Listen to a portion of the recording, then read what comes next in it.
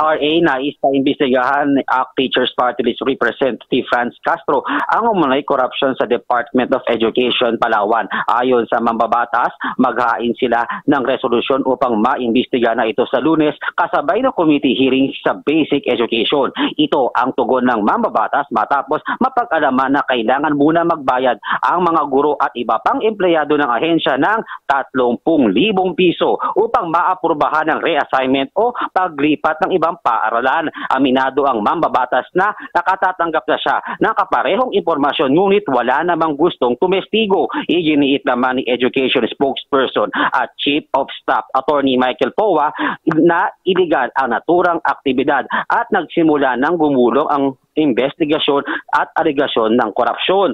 Dagdag pa ng opisyal na hinihikayat nila ang mga personal na may kaalaman na lumapit sa kanilang tanggapan. Sa ngayon, ipabatawag ng Sangguniang Panlalawigan ng Palawan ang ilang opisyal ng DepEd Palawan upang magpaliwanag. Christopher Dirambulo, Newslight.